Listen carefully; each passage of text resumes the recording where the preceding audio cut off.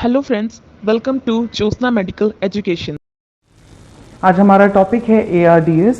ARDS मतलब acute respiratory distress syndrome. Okay, ये जो एक्यूट रेस्पिरेटरी डिस्ट्रेस सिंड्रोम है ये actually non cardiogenic pulmonary oedema है।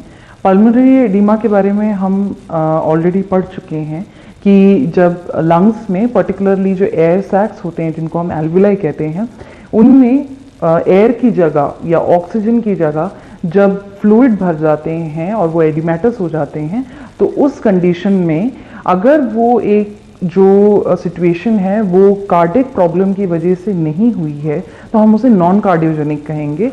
सो जो नॉन कार्डियोजेनिक पल्मोनरी एडिमा है वही सिमिलर है एक्यूट रेस्पिरेटरी डिस्ट्रेस सिंड्रोम से। ओके, सो ये जो ARDS है ये होने के कारण क्या है? ये होने का कारण ये हो सकता है कि कोई ऐसा ऑब्स्ट्रक्शन है पल्मोनरी वेसल्स में जिसकी वजह से ब्लड सप्लाई नहीं हो पा रहे हैं। ओके, मतलब पर्टिकुलरली उनके कार्डियक सिस्टम में प्रॉब्लम नहीं है लेकिन पल्मोनरी सिस्टम में कोई प्रॉब्लम हो सकती है, ऑब्स्ट्रक्शन हो सकता है जिसकी वजह से जो ब्लड है वो लंग्स में सप्लाई नहीं हो रहे हैं, सेल डेथ हो रही है और एडिमा हो रहा है। कुछ ऐसी मेडिकेशंस वो ले रहे हैं जिसकी वजह से फ्लूइड बिल्डअप हो रहा है बॉडी में जो एल्विलाई में हो रहा है। बहुत ज़्यादा बॉडी में एडिमा या किडनी फेलियर है जिसकी वजह से ऐसा हो सकता है। ब्लड या फिर IV इन्फ्यूशन लग रहा हो फ्लूइड का जिसकी वजह से ये जो फ्लूइड है वो बिल्डअप हो रहे हैं। ओके, इनके अलावा चांसेस हैं कि ब्रेन या स्पाइनल कॉर्ड इंजरीज हुए हैं जिसकी वजह से नर्व्स ठीक से काम नहीं कर रहे हैं और लंग जो है उनमें सेल डेथ और उसके बाद फ्लूइड एक्यूमुलेशन हो रहा है। तो ये सारे ही रीजंस हो सकते हैं। इसके अलावा लंग के डैमेजेस हो सकते हैं जो लंग के इन्फेक्शन की वजह से, लंग के डिसऑर्डर्स की वजह से या फिर ऐसे जैसे ट्यूमर्स वगैरह हैं उनकी वजह से, या कुछ ऐसी आदतें होती हैं जैसे स्मोकिंग करना या फिर पोल्यूशन हो गया या कोई भी टॉक्सिक गैसेस हैं या केमिकल्स हैं जिनकी इन्हेलेशन की वजह से ऐसा हो रहा है। तो ये सारे ही रीजंस हो सकते हैं जिसकी वजह से लंग में इंजरी हो और वो इंजरी की वजह से फ्लूइड बिल्डअप होना स्टार्ट हो जाए। ओके, अगर किसी को भी ARDS होता है तो उनकी क्या लक्षण है? तो सडनली जो लक्षण आता है वो ये है कि ब्रेथ शॉर्ट हो जाती है, शॉर्टनेस ऑफ ब्रेथ, या फिर डिस्निया हो जाता है, ब्रीदिंग डिफिकल्टी। साथ ही साथ हम देखेंगे कि बहुत कम समय में जो हाथ और पैर की जो उंगलियां हैं उनमें येलोइशनेस फिर ब्लूनेस आना स्टार्ट हो जाएगा जिसको हम साइनोसिस कहते हैं। ओके, इसी वजह से जब ऑक्सीजन नहीं पहुंच पाएंगे तो वीकनेस होगी, डिजीनेस फील होगा, कंफ्यूजन हो जाएगा इंसान को क्योंकि ब्रेन को भी सप्लाई नहीं मिल रहा है ठीक से। ओके, चेस्ट में बहुत भारीपन लगेगा, चेस्ट में कंजेशन लगेगा, खांसी उठेगी, कफ रिफ्लेक्सेस एक्टिवेट हो जाएंगे। हो सकता है कि सेलुलर डेथ की वजह से म्यूकस प्रोडक्शन हो और स्पूटम आए। ओके, इनके अलावा हम देखते हैं कि बहुत ज़्यादा कफिंग की वजह से ब्लड भी आ सकता है कफिंग के दौरान, उसको हम हेमोप्टाइसिस कहते हैं। ओके, नेक्स्ट हम बात करते हैं कि डायग्नोस्टिक इवैल्यूएशन क्या करेंगे हम, या जांच क्या करेंगे।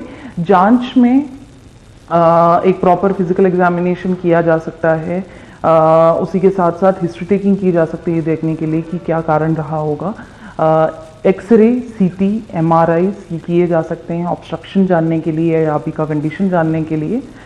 इसी के साथ साथ ब्रोंकोस्कोपी किया जा सकता है ऑब्स्ट्रक्शन का पता करने के लिए। इन्फेक्शन का पता करने के लिए blood test, blood cultures, sputum cultures किए जा सकते हैं। ट्यूमर है या नहीं ये जानने के लिए लंग में नीडल इंसर्ट कर कर बायोप्सी की जा सकती है जिससे पता चलेगा।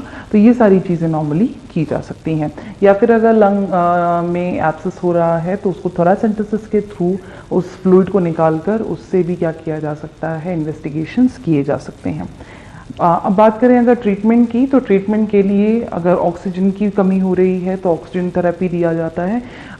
वो डिफ़र करता है कि किस तरीके का ऑक्सीजन रिक्वायरमेंट है।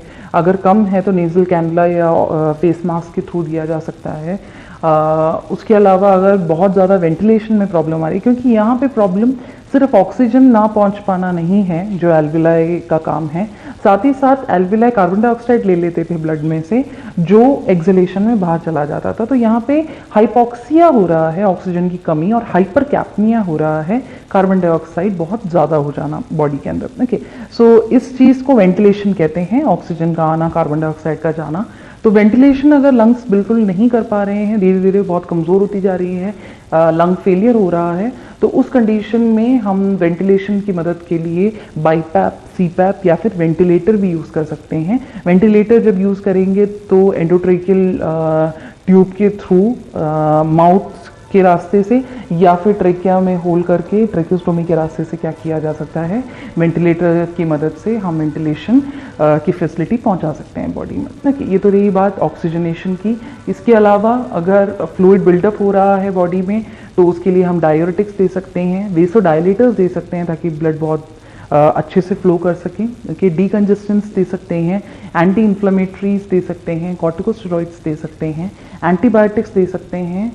ये सारी चीज़ें हैं जो नॉर्मली हम पेशेंट को दे सकते हैं। ब्रोंकोडायलेटर्स भी दे सकते हैं ताकि बहुत ज़्यादा ऑक्सीजन जो है, एयर जो है उसकी सप्लाई रहे एल्वेलाइज की तरफ। ओके, सर्जिकल थेरेपीज़ की अगर हम बात करें तो अगर डैमेज बहुत ज़्यादा हो गया है और उसकी वजह से और लंग्स ख़राब हो सकते हैं तो सेगमेंटल रिसेक्शन या लोबेक्टमी वगैरह किया जा सकता है, जिससे हम बाकी लंग्स की फंक्शन को क्या कर सकते हैं, रिस्टोर करके रख सकते हैं। तो ये ट्रीटमेंट में है। ओके, सो आज हमने जो टॉपिक डील किया है वो है ARDS, acute respiratory distress syndrome, जो बहुत सिमिलर है नॉन कार्डियोजेनिक पल्मोनरी एडिमा से, जब लंग्स के अंदर स्पेशली जो एयर सैक्स हैं एल्विलाई उसके अंदर जो फ्लूइड बिल्डअप हो जाते हैं। तो आई होप कि आपको ये टॉपिक समझ में आया होगा। इससे रिलेटेड आपको अगर कोई भी डाउट है तो आप पूछ सकते हैं। Thank you.